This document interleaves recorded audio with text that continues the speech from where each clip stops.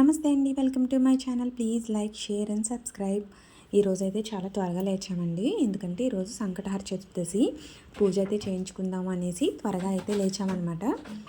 ఇంకా మొత్తం అన్నీ నానబెట్టేసుకున్నాను. రైసు, పెసరపప్పు చలివిడిలోకి, శనగపప్పు ఏమో కుడుముల్లోకి, అండ్ పెసరపప్పులోనే పొనగంటి కూర కూడా వేస్తున్నాను అనమాట. కందిపప్పులో అయినా పెసరపప్పులో అయినా బాగానే ఉంటుంది ఆకుకూర అనేది, కంటికి చాలా మంచిదన్నమాట. ఇంకా రైసు, పప్పు అయితే గ్యాస్ మీద పెట్టేసుకున్నాను. పప్పు అయితే చాలా త్వరగా ఉడికిపోతుందండి. పెసరపప్పు, కందిపప్పు అయితే కొంచెం టైం పడుతుంది, కానీ ఇంకీలోపు పొనగంటి కూర శుభ్రంగా సాల్ట్ వేసుకొని వాష్ చేసేసుకొని చిన్న చిన్న ముక్కలుగా అయితే కట్ చేసేసుకున్నానండి. ఇంక ఈరోజు వెల్లుల్లి, ఉల్లి కూడా వాడను, ఎందుకంటే పూజ చేయించుకుంటాం కదా, అందుకని.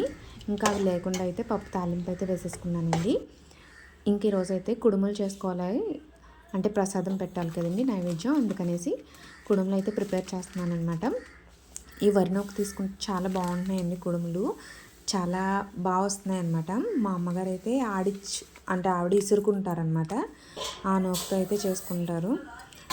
నేనైతే ప్యాకెట్ నూకతో చేస్తున్నాను, చాలా బాగా వస్తున్నాయి. ఇంకా మా అమ్మగారు చేసే కుడుములు కూడా చాలా బాగుంటాయి, అండ్ బెల్లం తాలికలు కూడా చాలా బాగా చేస్తారనమాట. ఇంకా వంతుకి 2 వంతులు అయితే వాటర్ తీసుకోవాలండి, అంటే ఒక గ్లాస్ నూక తీసుకుంటే 2 గ్లాసులు వాటర్ అనేది తీసుకోవాలి. ఇంకా మనం నానబెట్టుకుని శనగపప్పు కూడా వేసేసుకుని బాగా బాయిల్ చేసుకోవాలండి. వాటర్ బాయిల్ అయ్యేటప్పుడే సాల్ట్ అనేది యాడ్ చేసేసుకోవాలి. ఇంకా వాటర్ అంటే మీకు బాయిల్ అన్నట్టు కనిపించట్లేదు, ఎందుకంటే నేను మూత తీయగానే ఆవిరి వచ్చేసి ఫోన్ అంతా ఆవిరి వచ్చి ఏం కనిపించట్లేదు, అందుకని నేను మంట సిమ్లో పెట్టిన తర్వాత ఫోన్ అయితే పెట్టానమాట. కానీ మీకు వాటర్ బాయిల్ అయినట్లేదు, కానీ బాగా బాయిల్ అయ్యేయండి వాటర్. ఇంకా అప్పుడైతే నూక యాడ్ చేసేసుకోవడమే, ఉండలు కట్టకుండా చూసుకోవాలి. వేసుకునేటప్పుడే జాగ్రత్తగా తిప్పుకుంటూ నూక అనేది యాడ్ చేసేసుకుంటే ఉండలు అనేది కట్టదనమాట. ఇంకా తర్వాత మూత పెట్టేసుకుని వాటర్ అంతా ఇంకిపోయేదాకా మధ్య మధ్యలో కలుపుకుంటూ దగ్గరికి మగ్గబెట్టేసుకోవాలండి, అంతే. ఇంకా మనకి నూక తెలిసిపోతుంది ఉడికినట్టు, అండ్ వాటర్ కూడా మొత్తం ఉండదన్నమాట, ఇంకిపోతాయి. అలా అయితే ఇది ప్రిపేర్ అయిపోయినట్టే. ఇంక ఇది కొంచెం చల్లారాలి, అంటే చేత్తో చేసుకోవాలి కదండి, వేడిగా ఉంది కదా, కొంచెం చల్లారనివ్వాలి. ఈ లోపు నేను రెడీ అయితే వచ్చేసాను అనమాట. ఇది కొంచెం చల్లారయ్యేలోపు వచ్చేసిన తర్వాత మనకి చేతికి నెయ్యి కానీ అండ్ వాటర్తో అయినా దేంతో అయినా మన ఇష్టం, మనకు కావాల్సిన సైజులో అయితే కుడుములు అనేవి ప్రిపేర్ చేసేసుకుని మళ్ళీ ఒకసారి స్టీమ్ చేసుకుంటే చాలా బాగుంటాయి అన్నమాట. ఇలా కూడా తినేస్తారండి చాలామంది, కానీ కొంచెం పచ్చిగా ఉన్నట్టు అనిపిస్తుంది. ఒకసారి స్టీమ్ చేసుకుంటే మంచి టేస్ట్ అయితే వస్తాయండి. ఇంకా మనకు కావాల్సిన సైజులో అయితే చేసేసుకుని అన్నీ ఒకసారి, అంటే నాకైతే ఇడ్లీ పాత్ర ఉంటుంది కదండి, దాంట్లో మనం ఇడ్లీకి ఎలా అయితే వాటర్ వేసుకుంటామో అలా వాటర్ యాడ్ చేసేసుకుని పైన అంటే ఇడ్లీ రేకులు ఉంటాయి కదా, అవి 2 పెట్టేసుకున్నాను ప్లేట్లు, పెట్టుకుని దాని పైన పెట్టేసుకుంటున్నాను అనమాట. అంటే అన్నీ ఒకసారి పెట్టేసుకుందాం, టైం అయిపోతుంది కదా అని. అంటే వాటర్ పొంగినా కానీ వీటికి కుడుములకి అనేవి టచ్ అవ్వకుండా ఉంటాయి కదండి వాటర్, అందుకనేసి 2 ప్లేట్లు అయితే పెట్టుకునేసి కుడుములు చేసేసుకుని మొత్తం అన్నీ దాని మీద పెట్టేసుకుని ఒకసారి స్టీమ్ అయితే చేసుకోవాలన్నమాట. వినాయకుడికి కుడుములు అంటే చాలా ఇష్టం కదండి, ఏ నైవేద్యం అయినా కానీ కుడుములు అంటే చాలా ఇష్టం అనమాట. అందరికీ తెలిసిందే, వినాయక చవితికి కంపల్సరీ ప్రతి ఒక్కరు చేసుకుంటాము, అండ్ తులాకాస్కి కూడా అందరూ చేసుకుంటారు కుడుములు. ఇంకా ఈ కుడుములు స్టీమ్ అయ్యేటప్పుడు జస్ట్ అందులోంచి పొగ వస్తే మనకి రెడీ అయిపోయినట్టు తెలిసిపోతుంది, అంతే. ఎక్కువసేపు స్టీమ్ చేయక్కల, 2 మినిట్స్ చాలు, 3 మినిట్స్ ఆల్రెడీ ఉడికిందే కదండి పిండి, అందుకే. ఇంకా నేనైతే ఒక 21 కుడుములు అయితే బాక్స్లోకి తీసుకున్నాను అనమాట.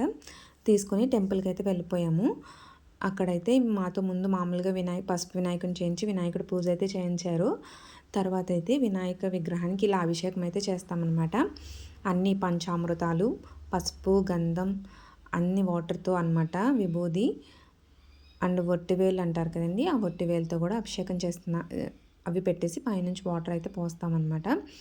ప్రతి సంకటహర చతుర్దశికి మాకు టెంపుల్ అయితే ఇలా చేస్తున్నారు, చిన్న గుడి ఉంటుందన్నమాట మా వీధి దగ్గరలోనే, అక్కడైతే ఇలా అభిషేకం అయితే చేస్తున్నారు. మాకు కుదిరినప్పుడల్లా వెళ్తున్నాం అనమాట. చాలా మంచిదంటండి సంకటహర చతుర్దశి చేయించుకుంటే.